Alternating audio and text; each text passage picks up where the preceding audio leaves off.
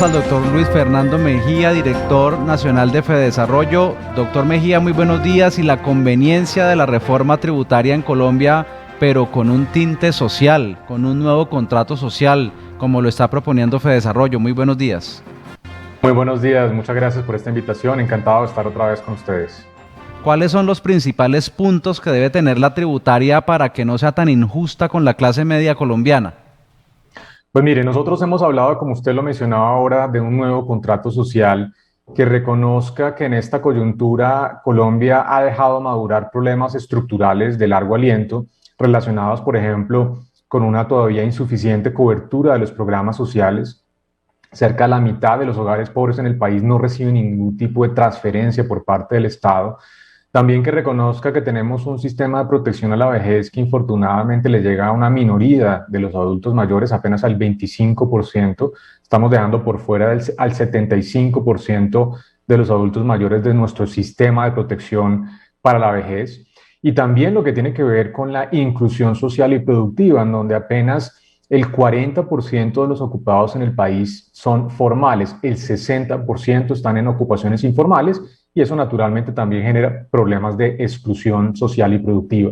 Entonces nosotros planteamos unas reformas integrales, no solamente en materia tributaria, que naturalmente son importantes, sino también en materia de cómo fortalecer la cobertura y las entregas que hace el Estado para los hogares más pobres, especialmente para los pobres extremos, y también cómo repensar nuestro sistema de protección para la vejez, en donde tengamos realmente una universalidad en esa cobertura y no estemos dejando especialmente a los más vulnerables por fuera, y también en lo que tiene que ver con unas reformas que permitan formalizar a esa enorme mayoría de ocupados en el país que infortunadamente están por fuera de la formalidad laboral.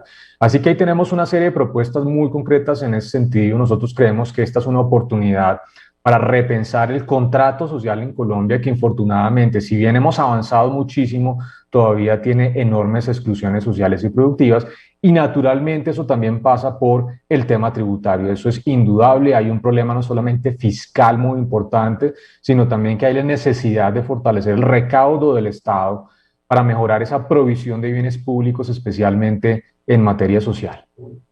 ¿Qué ha dicho el gobierno nacional sobre las propuestas de Fedesarrollo? Pues mire, yo he tenido conversaciones, por supuesto, con el ministro de Hacienda en general, con no solamente el ministerio, sino también con varios miembros del Congreso de la República. Estamos, por supuesto, debatiendo e informando con estas propuestas que hemos hecho muy concretas.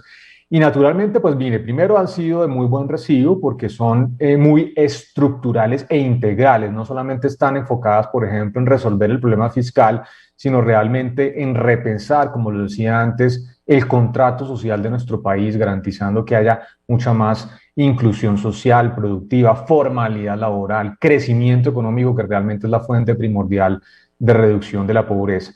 Lo que va a presentar el gobierno seguramente recoge muchos de los elementos en materia tributaria y en materia social que nosotros hemos propuesto. Infortunadamente, ustedes saben, todavía no hay un texto definitivo de esa reforma social tributaria que plantea el gobierno, así que esperaremos para verlo.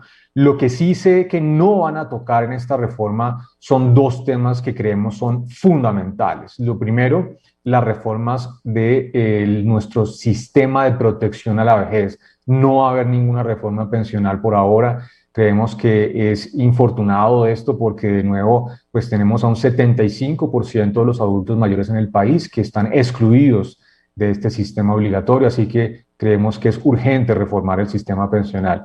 Y por otro lado, tampoco van a tocar temas relacionados con el mercado laboral, cómo garantizar que ese 60% de informales en el país, pues realmente podamos reducir sustancialmente esa proporción para garantizar que los ocupados en el país realmente sean formales. Así que en la parte social tributaria seguramente va a haber coincidencias. Infortunadamente no se van a tocar temas ni pensionales ni en materia de formalización laboral.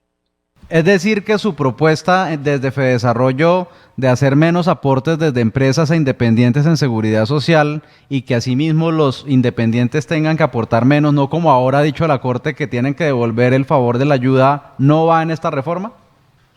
Pues parece que no, y ese es un punto muy importante que usted toca. Esto lo hemos mostrado muy claramente en nuestro diagnóstico, como por ejemplo una persona independiente que está alrededor de un salario mínimo de ingresos, tiene que aportar el 29% de su ingreso para ser considerado formal.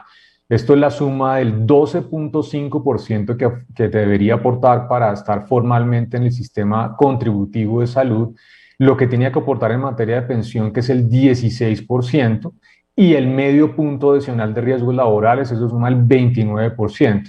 Dígame usted, ¿qué incentivo tiene una persona independiente para ser formal cuando él tiene que aportar cerca del 30% de su ingreso para ser formal y por otro lado puede permanecer siendo informal y acceder al régimen subsidiado de salud? Naturalmente los incentivos para ser informal en Colombia son absolutamente gigantes y por eso no nos debe sorprender entonces que el 60% de los ocupados son informales y que cuando uno mira quiénes son los informales, realmente la enorme mayoría son precisamente independientes, cuentapropistas, que realmente no tienen ningún incentivo para ser formales. Si no corregimos ese tipo de problemas de fondo, estructurales, pues naturalmente vamos a continuar con tasas de informalidad del 60%. Así que, pues como le digo, creemos que el gobierno no lo va a abordar en este momento. Ojalá se pueda abordar y discutir a lo largo de este año, porque si no se resuelve ese problema de fondo, pues continuaremos con tasas de informalidad del 60% en el país.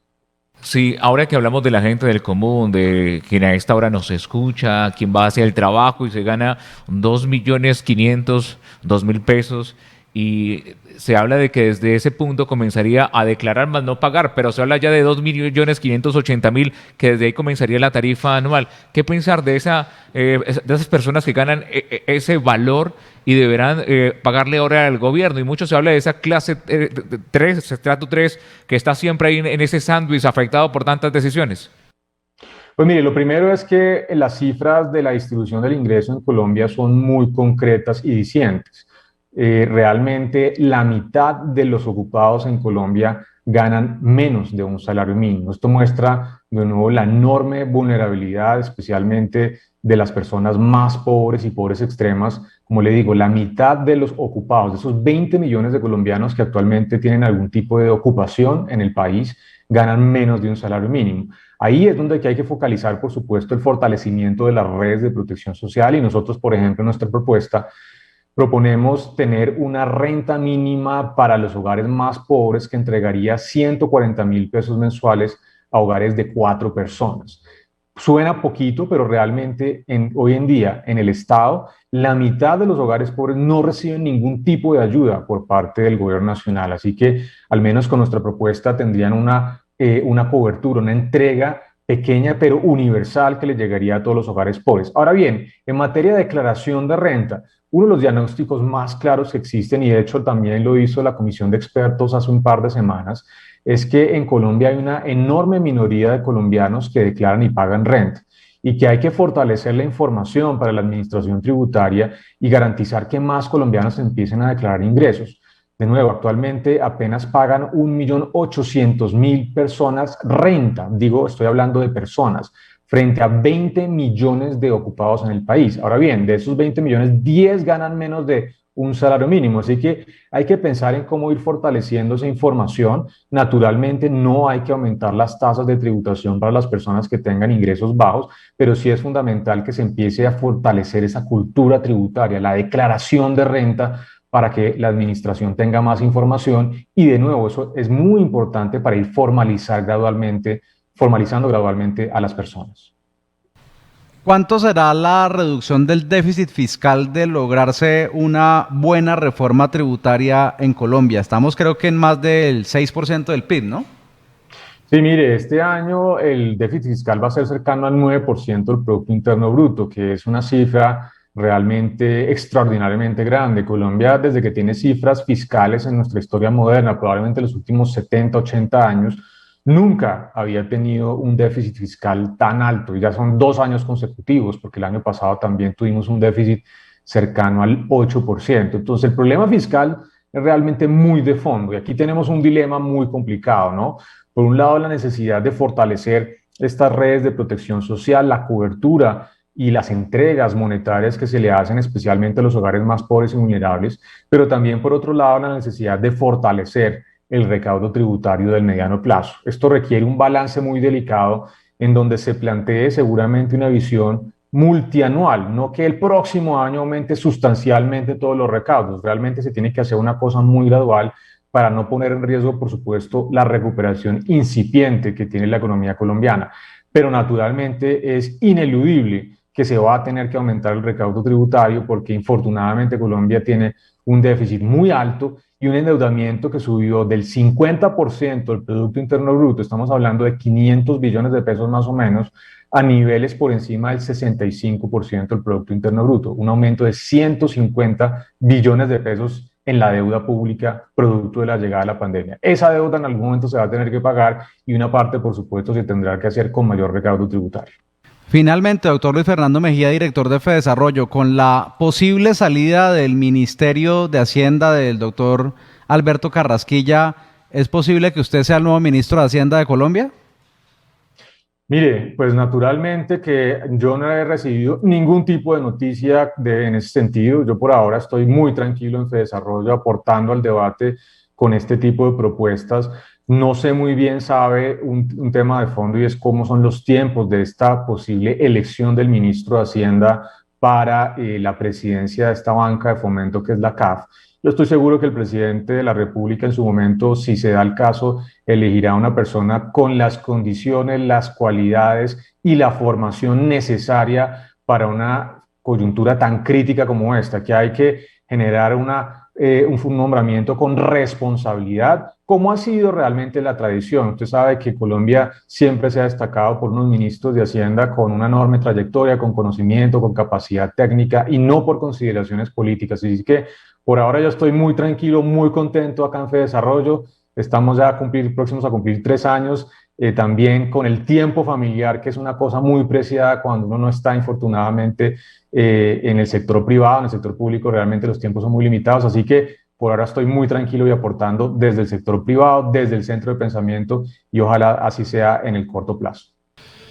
Doctor Luis Fernando Mejía, director nacional de Fedesarrollo, gracias por estar en Econoticias. Un gran abrazo, muy amable.